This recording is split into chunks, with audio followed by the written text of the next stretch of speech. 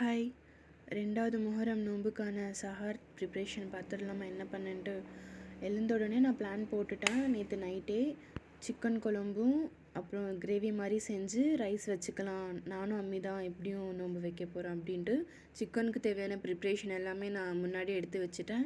எனக்கு கொஞ்சம் கிரேவி பண்ணுறதுக்கு ஈஸியாக இருக்கும்னு ஆனியன், டொமேட்டோ, அப்புறம் ginger garlic paste, coriander powder, அப்புறம் சில்லி பவுடரு, கொஞ்சம் டர்மரிக்கு, கொஞ்சம் பெப்பரு, அப்புறம் கரம் மசாலா, கொஞ்சம் சால்ட்டு, கஸ்தூரி மேத்தி இருந்தால் நீங்கள் ஆட் பண்ணிக்கோங்க. நான் இன்றைக்கி போடலை.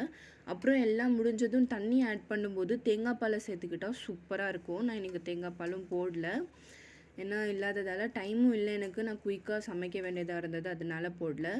ஃபுல்லாக நீங்கள் கிரேவி சமைக்கும்போது எப்போவுமே சிக்கன் நீங்கள் தண்ணி ஆட் பண்ணாமல் மசாலா கூட சிக்கன் போட்டு ஒரு 2 to 3 minutes அப்படியே க்ளோஸ் பண்ணி வச்சுருங்க சிக்கன். ஏன்னா அது நல்லா மேரினேட் ஆகி மிக்ஸ் ஆகி மசாலாலாம் ஒட்டிக்கும்.